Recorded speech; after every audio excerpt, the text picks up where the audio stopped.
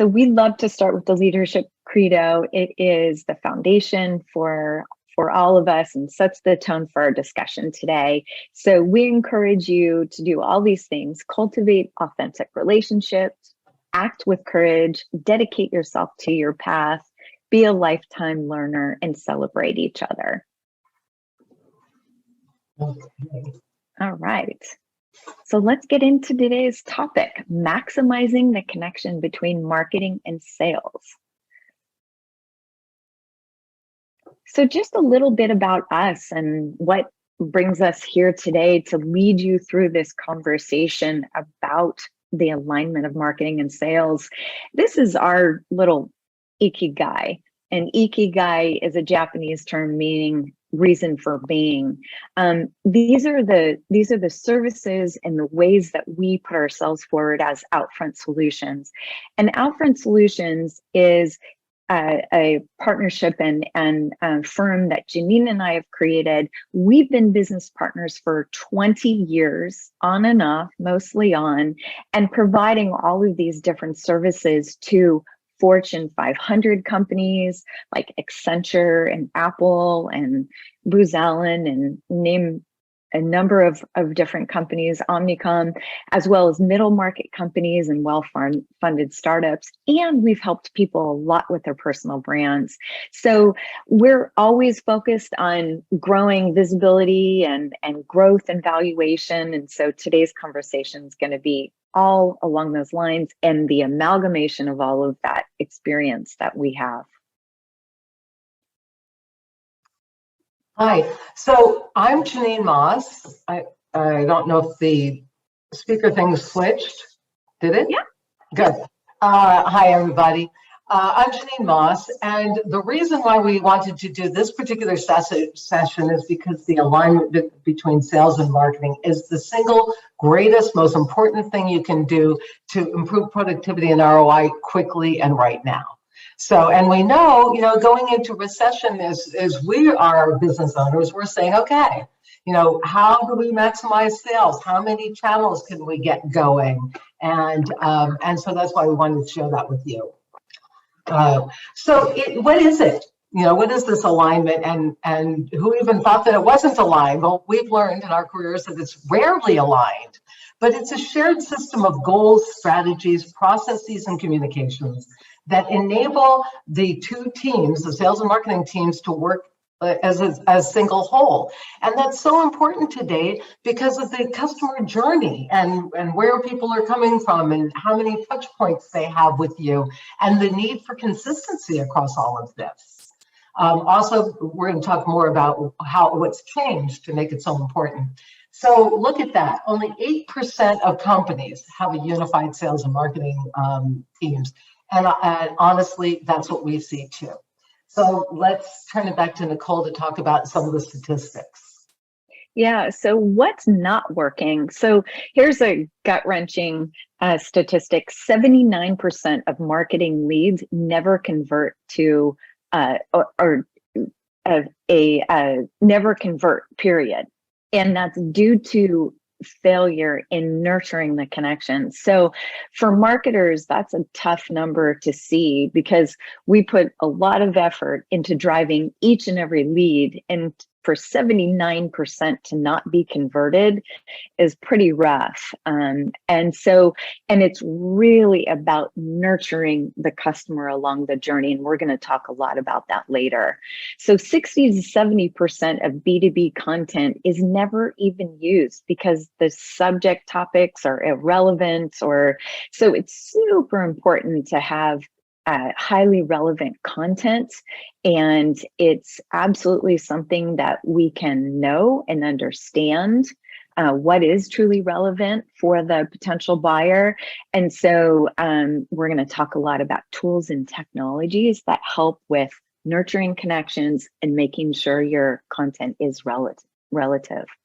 61% of B2B marketers send all leads directly to sales, but only 27% of those leads will be actually even qualified. So you see that attrition, and it's really unfortunate. And there can be a lot of reasons why that happens. And we'll talk about, having standard operating procedures and things like that, so that or even the definition of terms. What is a lead? So we'll talk about that later. 1/3 of B2B sales and marketing teams don't even have a standing meeting. So this is a time to get on the same page. Productivity is dependent on communication, and with being disconnected because of having to be remote and work remote, it's just more important than ever to reconnect the teams. And on a practical basis, think about it. When you're selling, you learn what makes a customer's eyes sparkle and what makes them want to learn more. And if you were sharing that information with marketing, they could create content about that. They could use that as a focus for their marketing. So sharing information is enormously important. So why is it so difficult? Of course, the pandemic changed the buying journey considerably, right? We may have in the past had, especially for B2B marketers, we may have had these opportunities to meet people at conferences, or host events and have meetings in person. That buying journey is dramatically changed because everything is required to be digital, and so strongly. Even with people coming back part of the time, that buying journey is significantly altered. Thus, the proliferation of marketing technologies, sales technologies, and ad technologies, and we'll talk about that later. A lot of times, there isn't the alignment in goals and strategies and capabilities and value propositions across marketing and sales. And so it's imperative to have an aligned go-to-market strategy. We've experienced so many times that a lot of times marketing will create a go-to-market strategy and never even communicate it and share it with the sales team, or sales will create a go-to-market strategy and never even communicate it with marketing. So those combined goal strategies, value propositions, it's really important to have that connection and communication. The proliferation of communications channels has gone so far and wide. And so there can be a real lack of consistency.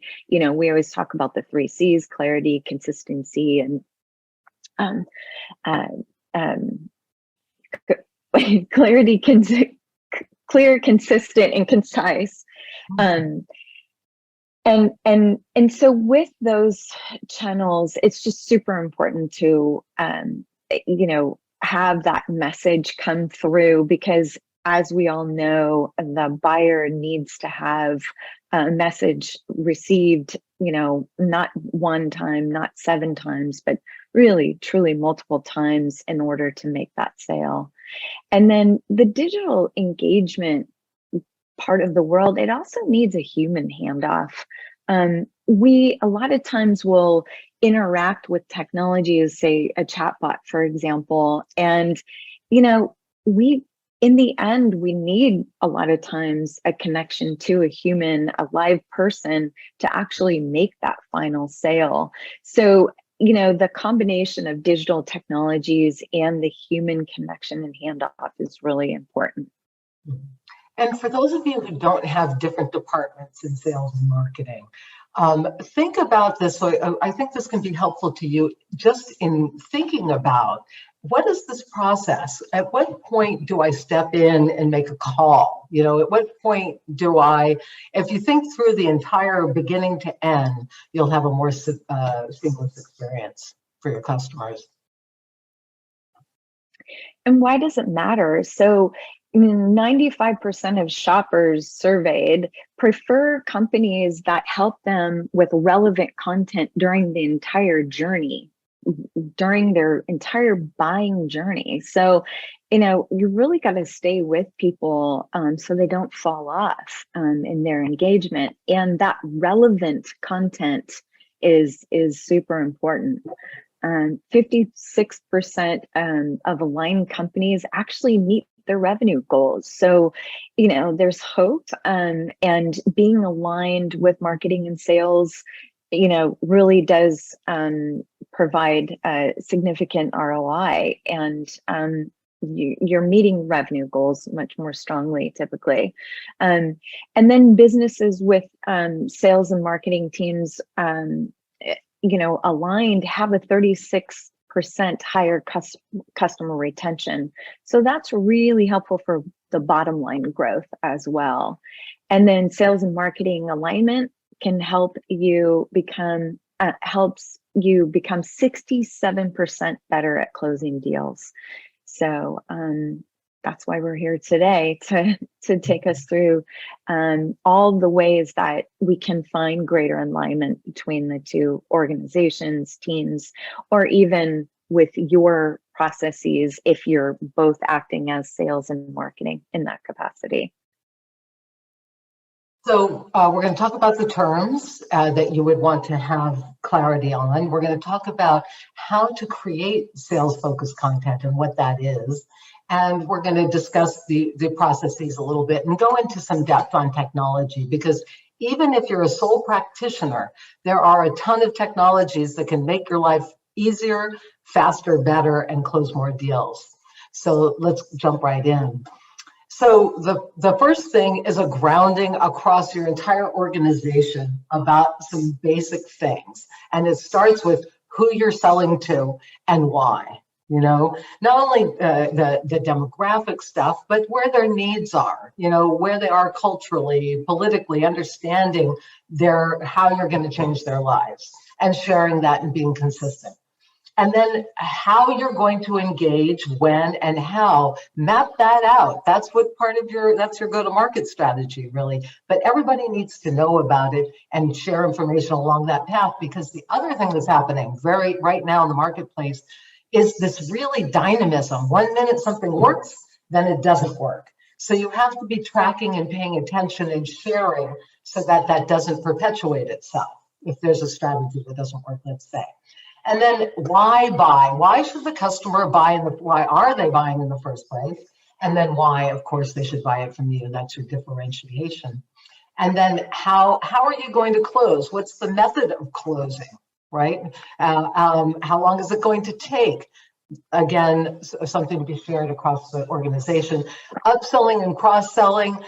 This is an enormous opportunity. When we walk into clients, almost, I'm going to say 90% of the time, this is an enormous opportunity, because you're talking to people who already know you, and already have already become part of your club. So these are the things that you want to discuss with your team members, make sure everybody's aligned, and have it front and center for yourself. So smarketing, we just had to share that word. It's a terrible word. Snarky. Well, it's funny that there is a word for it, right? Because it's enormous. If you start looking out there, you'll see this is not new. This is a really important thing. And all it is aligning sales and marketing and acting like a team. And we all know in everything that we do, breaking down silos is a good thing. And one of the reasons is because of technology and all the data that you're collecting across your organization, and using that data wisely. So one of the things you want to get straight is how you're going to determine your customer acquisition cost, the CAC. Now, really what you do for that, and there's some disagreement, and you're going to want agreement, but all your costs from sales and marketing go into it, including your salaries, including your advertising and promotional budgets, including your overhead. It all goes in there, and it goes in for both teams. Then you take a look and say, okay, here's how much I will spend over a quarter in all of these ways, and here's how many customers I'll get in that quarter. So let's say that in that quarter we were really rich and we had $500,000 budget on our sales and our marketing. That's what we spent, and we got 50 customers. Right? It costs us $10,000 per customer. Now that might sound like a lot, and it might be a lot, by the way, too much. You'll have to determine that. But also take into account the lifetime value. Because one of the things that you want to know about your customers is how much are they going to spend on me, on us, before we lose them, or for whatever we consider their lifespan through experience. Like, you know, if you have a coaching client, they'll probably stay with you, let's say 3 years, right? And over 3 years, they'll spend, I don't know, you know, $5,000, right? So that's a lifetime value. And you want to be looking at that number as well as just what they bought from you in that 1 month or that 3 month period that we were talking about. So cost of customer acquisition, acknowledging the lifetime value of the customer. These numbers are important because you're going to use them and you're going to measure them. These are areas for improvement. An area that almost nobody ever agrees on is the definition of a lead. So we have a client, and they've got a sales and marketing department, and when somebody clicks through and says, "I want a meeting," marketing considers that a lead. Is it a qualified lead? No, it has not been qualified. So that's a marketing qualified lead, and the SQL is a sales qualified lead. So the first thing is just that they're a prospect. You might call them a prospect. You can decide what the names are, but you have to agree with everybody on the team about what they mean, right? So let's call the first person who clicked on that, said, "Let's have a meeting." Let's call them a prospect. Then marketing qualifies them. That there's two choices here. Either marketing or sales can qualify this lead, right? But what you want to think about is who's going to have the relationship? How are you going to develop this relationship? How's the buying going to occur? In a B2B situation, you're developing a relationship which is going to help you close that sale. So you, on the sales side, might want to take over qualifying that lead. You don't need marketing to do it because you want to immediately dive in and start developing a relationship. That's a choice that you can make, but you need to make them. Because otherwise you go, "Hey, I gave you 100 leads." And they go, "No, you didn't. I didn't get any leads." And then you also find out they didn't nurture them. They got all these leads. These people said, "Let's have a meeting." And nobody followed up and said, "Hey, you know, can I provide you some more value? I would like to show you how you can, you know, increase your sales 100%, you know, whatever it is that you come back to engage the client with, right? So very important to decide what a lead is, how it's going to be qualified, and then the conversion rate. You know, what's that? It means the close of a sale. Critical number for you to know. How many times did you talk with a customer or a potential client? I talked with 10 clients and 3 of them became paying customers. That's your conversion rate. It's a 30% conversion rate. And what you want to do with both your marketing and sales is improve those rates. If you're doing great, awesome. How do you do better? And there's ways to do better through marketing and sales and customer nurturing. So let's move on. Unless there's any questions before we move on, if I can figure out how to go back. Are there any thoughts or questions that anybody would like to jump in with at this point? I'm not seeing any in the chat. So okay, so you'll let us know. Let's keep rolling. Yeah, and feel free all to put questions in the chat along the way. We don't have to just hold them towards the end completely. Right, but we're happy to run through and kind of give you a kind of a big dump of information and then dissect it with you after too. So let's talk about content for a second. Well, back in the day, we used to say, "Oh, I know my customer. I know what they're doing. I know what they care about. I'm going to write them an article about X," right? And we put it out there and we'd hope something happened, right?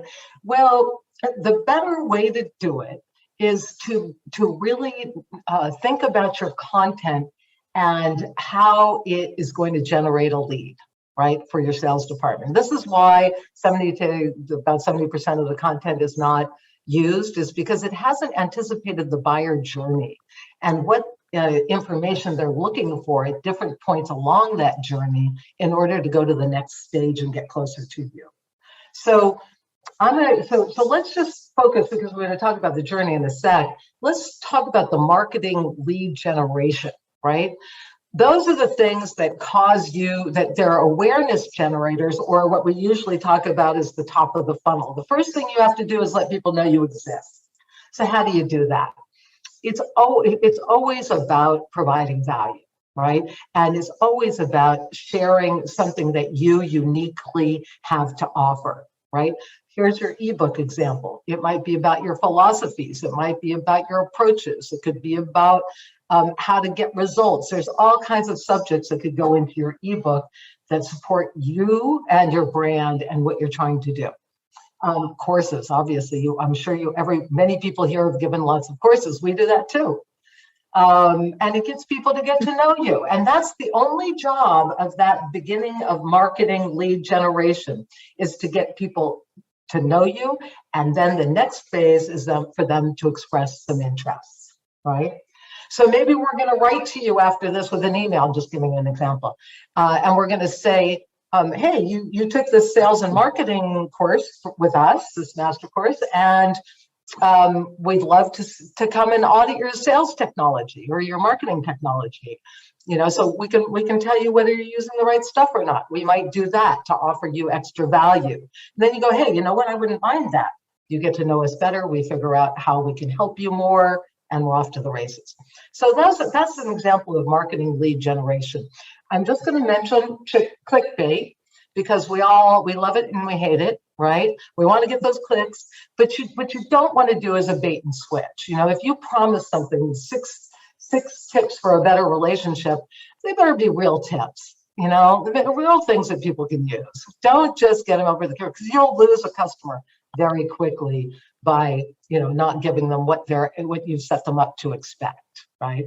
So now there's sales enablement content, right? And that's really a key area, is to work with your sales folks and say, how do I help you from the beginning of your initial contact with the customer to the close? How do I help you get there? So we know a lot about salespeople. They are relationship people. They like to talk to people. They don't want to be on the computer all day entering data, and they don't want to read a ton of stuff. They want to connect, right? So that's what you want to help them do. And, how do you do that? Well, you give them simple, easy ways to add value to their customers. Like, I'll go right to white papers. White papers give your salespeople something that they can share with their client that has value, that gives them a reason to talk, right? And white papers are different from articles and other things in that they go in depth into something. So they're really for when the client is in that consideration phase, and it tries to answer all the outstanding questions a client might have before they choose your product. But the other things like cheat sheets, we like to make those for our salespeople that they can put right next to their phones or on their desk. And it's like the 5 things you got to make sure that you covered, right? Just make their lives easy, help them remember, give them simple tools, help them have more conversations. So let's talk briefly about intersecting with the customer journey. So we talked about awareness, right? That's those ebooks and other kinds of communications that let them know we're here. Now then there's the interest. Now we're going to talk about white papers, right? We know they're interested. Let's give them more value. Let's answer all the questions they could possibly have. And now it's time to go from interest to conversion. And that's the handoff to the sales department, right? Or with the sales mindset. How do you close? What's that process? Maybe it's, it might be an audit of their stuff. It might be an evaluation of their tech stack. Who knows? It's different things for conversion. Don't forget retention. This is the part of the nurturing process, right? Retaining a customer is so much more important. I know you've heard this before than getting a new one. Think about the $10,000 number, right?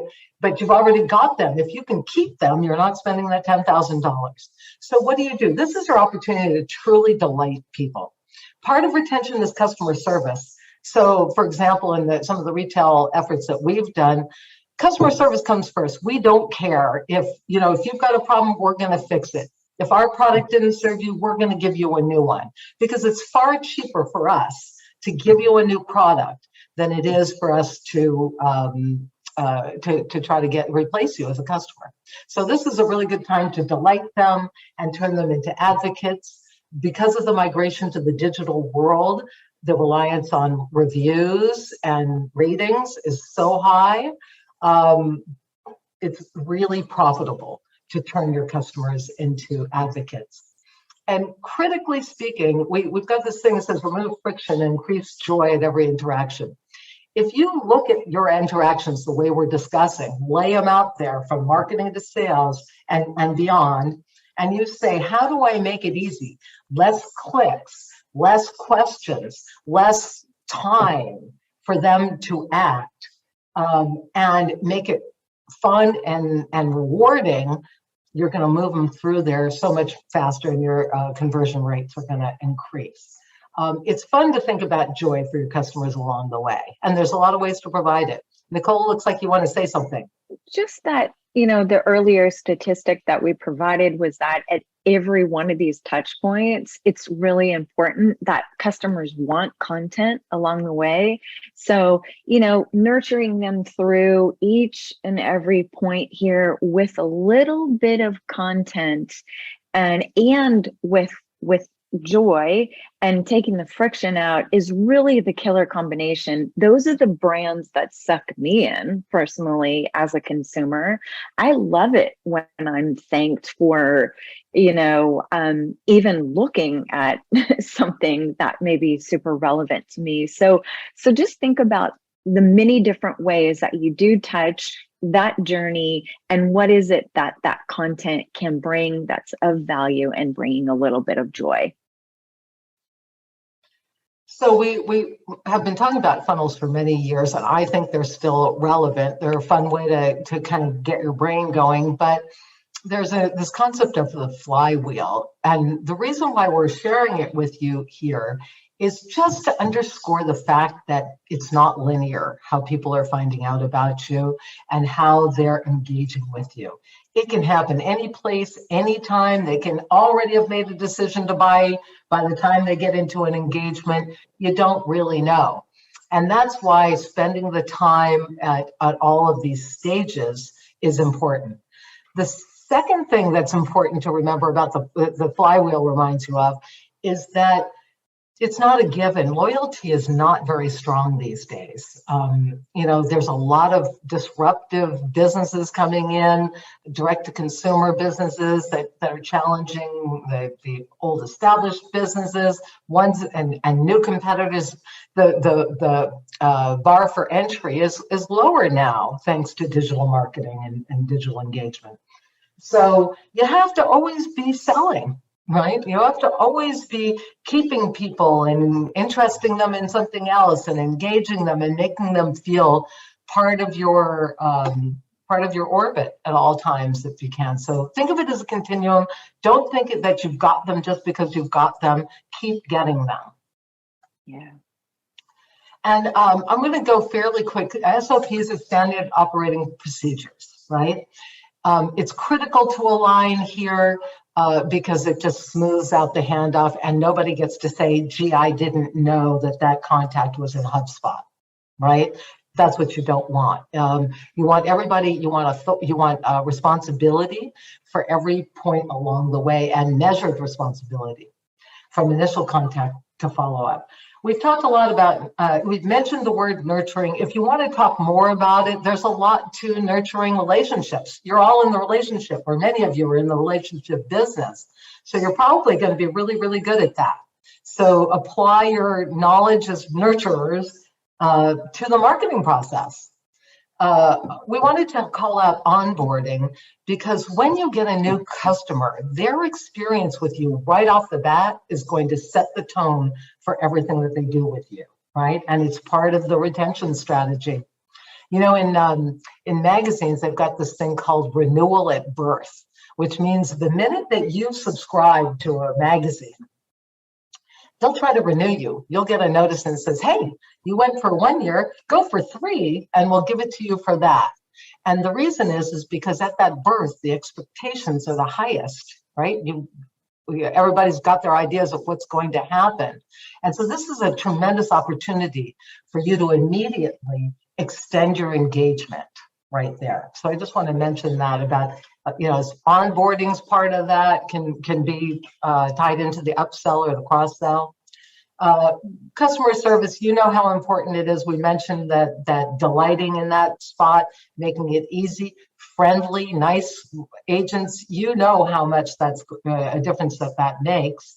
And now we want to get to technology, and I want to turn you over to Nicole, because Nicole has been on a mad worldwide tear looking at different technologies for M&A purposes for various companies. And so she's really knowledgeable. She's going to talk to you a little bit about the kinds of technologies you can use to manage this whole process.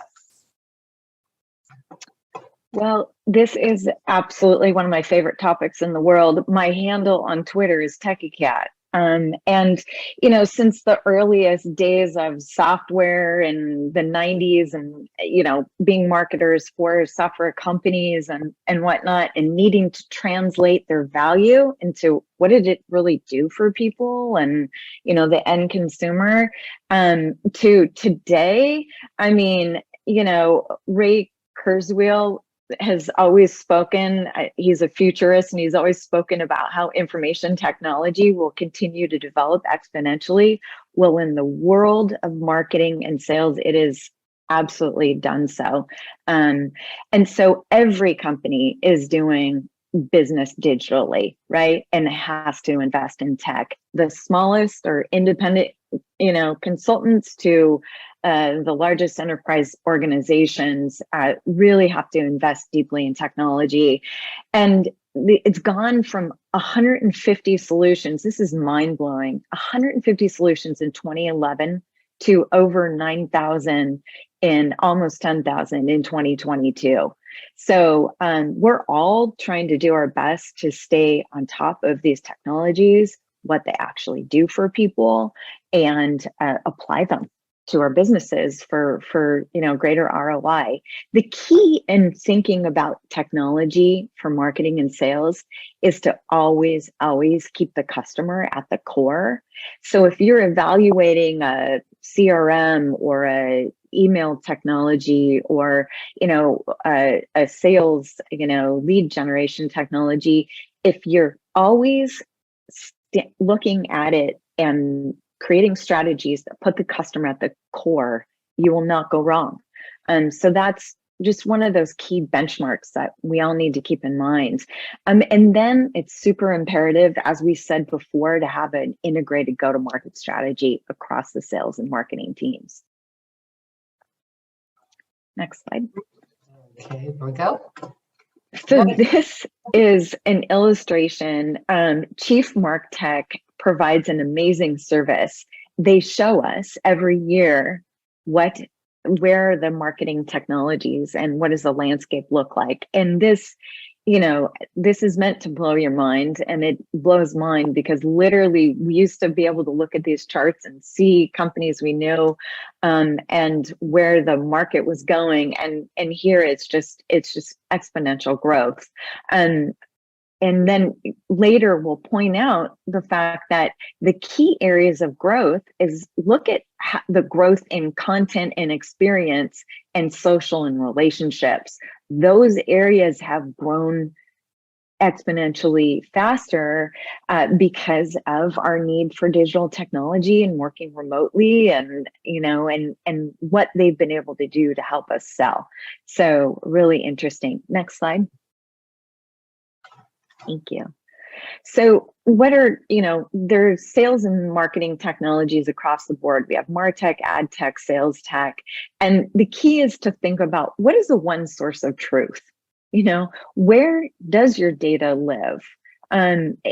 It's super important to make sure that these technologies are aligned. You don't have tons of overlap, which is always hard to do. That's why we do audits of technology across marketing and sales organizations to really help companies find that data, the one source of truth. That's kind of a holy grail for us. And then with marketing and ad tech, you know, we're focused on all these software solutions that, you know, help with content and the customer experience and guiding the customer journey, direct marketing, et cetera, you know, really managing data. And as pointed out before, the areas of greatest growth and proliferation are content, and experience and social and relationships, because that's what we lost during the pandemic, as well. So we've seen a lot of different technologies there, most of which are AI based as well. So they're learning and learning as we go, and that's proven to really point out that almost everything is knowable. Really understanding your different constituents, your customers, your partners, your employees, even, it's all knowable. Some examples of the, you know, almost 10,000 marketing and ad tech, you know, technologies that you might use, you know, in your day-to-day, or HubSpot, MailChimp for email marketing, Hootsuite for social marketing. Those are just a few. Again, there's almost 10,000. So we could go on and on about that, but taking a look at them, really identifying what they do for the organization, seeing the points so they're not overlapping, and understanding the one source of truth for where that data lives to truly understand your customer is the key. And then in terms of sales tech, you know, we're looking at, you know, how is this content connecting with the audience at the right time to turn them, to nurture them and turn them into leads, into closed deals, right? And so we have CRM technologies, we have a lot of sales automation, you know, tracking conversations, reminding you when to reach out again, all these different tools, sorting through the data, knowing and understanding how, when, and where your customers have purchased in the past. We can all do this on a small scale, or we can do it at the enterprise level. And some examples of these technologies are, you know, Salesforce on the very high end side, you know, technologies like Pipedrive or Copper, that really help across all these areas that I just mentioned. And, you know, LinkedIn Sales Navigator for the B2B salesperson. So let's sum it all up and get to some questions. Okay, so the reason to do this is increasing sales, right? And you will increase your annual growth rate. So if you only think of, can remember three things, right, from this talk, think about content as an engagement driver. Think about, know that you're competing with a lot of other content, so your content has to be on point and super.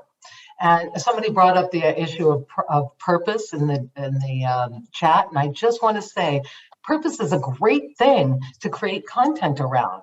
People are very interested in why, the whys behind things. So think about that. So number one, think about content as an engagement driver. Think about empowering your sales team with content. Number two is that when you align the departments, it's going to impact everything. It's going to impact the tools that you use, because you're going to be having collaboration tools, and you're going to have people looking at the tools from different perspectives and using them for different things. So what tools you choose and how they're going to work for everybody is going to be important.